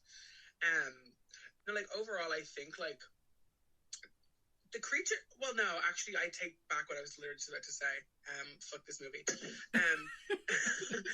I hate the creature design in this movie because it's so generic. Yeah, it's terrible. It really is. It's so boring. Thoughtless, stupid, and doesn't make sense in a lot of ways. Yeah. No, I'm glad that they keep it until like literally like the very end of the movie. But I think the way that they kind of defeat the creature is actually it's smart. I don't think I've seen it before. I don't think I've seen it since. And so Elijah Wood like runs into the the hall, like their gym or whatever, and all the bleachers are there, and he like presses this little button, it's perfectly timed for him. It's perfectly delayed. It doesn't start straight away. It has like a 10-second delay. So he like pushes the button on these like electronic bleachers that like start to like retract into the wall, and he like runs through, and there's no way this creature would have like ever been able to have actually fit back there, because there's all this like scaffolding and bars and all this kind of shit in the back. And he's like, again, using himself as bait and using himself to like run faster than this thing, and essentially like gets this thing to like wedge itself behind the bleachers, and then the bleachers kill it, kind of like they like trap the shit out of it, I guess. yeah. It does this is the one thing that I just really kind of squirmed about, was the use of practical effects, because the creature, the queen bee from Atlanta, Georgia, like shoots out those little worm things, and like they immediately start like burrowing into Elijah's face. It looks so bad. It does look so bad. It really is. And like as I said, like I do appreciate the practical effect use, but I couldn't look past it because it was just so clearly some plasticky thing sticking out of his face. And it also did make me squirm a little, because I was like, oh no, I don't like that. And then he just like stabs the fucker in the eye with Zeke's drugs, because drugs win at the end of the day, you know. Drugs win. I literally have that note. And he says it as well. Elijah uses the line where he's like, "This is 100% guaranteed to back you up," and then like stabs her in the eye. And I literally wrote, "See, drugs do fix everything." Drugs save and lives. That's kind of it. It's true. That's kind of that. Well, no, it actually isn't it, right? Then we kind of get like, what is it? It's like a month later, and everybody has just returned back to normal, and the only people that remember this are like main group normal characters. Well, yeah, quote unquote normal is in there's no aliens anymore. But then also in my head, right after all this, I'm like, she can't have been the only one. Now there's just evidence of aliens. Yeah. You know, I've seen some things that like apparently like her world, Nicole Bates Brooks's world was dried up and like dying. So like I get like maybe that, but then still in my head I'm like, well, there's fucking aliens. Like there just is. And Elijah Wood is now this like on the front of like Time magazine as like hoax or real. Like he's the one that like exposed it all. This is like their new like their scoop or whatever. And so we find out that everybody is paired off, which actually in the end pisses me off. Zeke and Famke Janssen, I don't mind so much, because we get that there's a little bit of a back and forth, and we get that he's been held back for a couple of years, so he's older than everybody else. He's not like 16 or whatever. Yeah. But then we get Elijah Wood and Delilah are together, which just didn't even make any sense, because that was never set up. The only ones that I get might have put together. No, it was not set up. Hold on. There's several times where she jumps on him saying, Are you flirting with me? And then also in the closet, he does that really fucking creepy thing where he literally sniffs her while the other two outside, while Terminator 2 and Freaky Mother from Carrie's mom are holding, Santanico Pandemonio on the floor. He literally like sniffs her, and she's turned on by it. Nah, it's literally like two things. The only two that actually make sense to get together are Stokely and the straight guy. But the thing that actually pisses the vanilla me off, straight guy. No, the thing that actually pisses me off is that it's like in the end, conformity wins, because everybody eventually gives up. Everybody except the popular people eventually give up their own original identity to then become normal like everybody else, which kind of pissed me off, because like Stokely is wearing only pastels and her hair is clean, and I think she might be wearing a little bit of a kitten heel, and she's wearing like no makeup. And Zeke is a jock. Fucking Zeke is like on the football team. I don't fucking like it. Like, although it he's pisses me still off, smoking. he's still smoking, but like he's on the football team, which like doesn't even make sense. Yeah. And like my thing, I literally wrote like, ew, I hate that they make socially normal. The point of this movie is that assimilation is the enemy, and in the end, conformity wins, which to me is a grim ending. I don't think it's a very happy ending. Well, the music would disagree with you, and the smiles on their faces would also disagree with you. No, but like that to me, like I understand it's like very generically happy, but like to me, the idea that everybody that only half of these people just changed themselves to fit in with these people, even though Stokely and Hetero Man had a connection. They had a connection before she changed herself. He liked her as a goth chick. And she just switched herself up, which I don't like, because again, to me, like, yeah, assimilation and conformity are like the enemy of this movie. Like in this movie, I don't like it. I fucking hate this movie. I'm joking. No, I think it's a little bit of a shitty ending. I think it's kind of terrible. I would have liked to have seen Stokely and this guy together as she was. Well, I actually think the ending is quite positive. Because I disagree with assimilation. I think assimilation is a good thing, but I think conformity is the bad thing. Because assimilation is a bad thing. Well, I would disagree with you on that. So the horror of these kind of movies is assimilation. Assimilation is like the wiping out of personality. Assimilation is the like unification of one thing. Which to me, like, again, like, kind of like, I that's the reason I don't like this ending. Because Stokely had to changed herself to be with this dude, even though he liked her the way she was. All of these people gave up their old self and became this. That's why I think, like, the same with, like, Invasion of the Body Snatchers. The entire point of that thing is assimilate, you know? Basically, it's, like, join in or kind of, like, get left behind, which I don't like. I think, like, it reads as like a false happy ending. I think the ending to this is a little bit grim.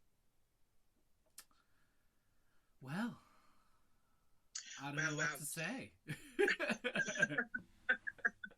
And then just very quickly before we go, speaking about the music and stuff, like at the end of this, the music in this movie I really like. We get like a good, we got some like a good mix, okayish like big covers. Yeah. But also this score in this movie, like, you didn't have to tell me this was Marco Beltrami to tell me. Yes. They steal so much of the score from Scream, including, like, Sydney's Lament, which is, like, the theme of Scream. Like, it's, like, specifically tailored for a character. They use it in just, like, slightly melodramatic scenes. And then, like, when the credits come up, Robert Rodriguez, I said, oh, hey, that's why Selma Hayek is here. And then it pops up, written by Kevin Williamson, scored by Marco Beltrami. I said, oh! I see you. I see you. Somebody had saw Scream 1 and 2 the year before and said, you know what? I want this. Well, you know what? I agree. I think it's a great movie. I think it's a positive ending in some senses. You may disagree with me on that. That's okay. That's perfectly fine. You're entitled to your opinion. It doesn't mean anything. But... And that is what assimilation means. We hate conformity here on the They're Here podcast, and we disavow all assimilation. In any way. Yeah. Yeah, I do for sure. So, some big news. Next week is going to be our final week of the month, which is going to be our topic episode. Lee, do you have the titles there with you? So we have B movies, horror in cheap amounts. Ooh, yeah. And then we have symbolism in horror. Ooh. That's a good one. A little bit more vague, a little bit more general. There's a lot more we can do with that. Yeah. And you guys have already been voting. I'm not going to reveal what way the things are skewing just yet. It's a tight race. It's a tight race, yeah. Yes. And I'm very, very happy to see people voting this month that didn't vote last time. Yes. We're getting more votes. So yeah, keep voting. And also let us know what you want to hear movie-wise as well. Like, we have a list of a couple of hundred movies that we're like eventually to work through. But if you guys have any requests, let us know. Yeah. Yeah, we'll get there. Like, even if it's like the stupidest thing, like if you think that your horror movie is like, I don't know, like you think like it might be the stupidest thing, but you love it and you just want to hear it, by all means, like, let us know, because that's the best part of this. Like, you want to hear something and we will deliver it to you, you know? So that's it. Yeah. So if it's something that nobody has ever heard of, if it's some like piece of garbage that like you might have had on a VHS, let us know. I think like this podcast is also about us like expanding our library as well. I want stuff that we haven't seen either. Yeah. Because pretty much everything we've reviewed so far, we've seen. I want to go into something with fresh eyes. So yes. Recommend it and get voting. Absolutely. So, with that, you have been listening to They're Here podcast. A discussion and disembowelment of all things horror, fear, and the macabre. Okay, guys. Unpleasant dreams. Oh, God. Oh, God. That's just so hard to hear. Nathan, I had to deal with your fucking awful jokes, more than one each week at that. They're better than a shitty Elvira pun. It's not a pun, and fuck you.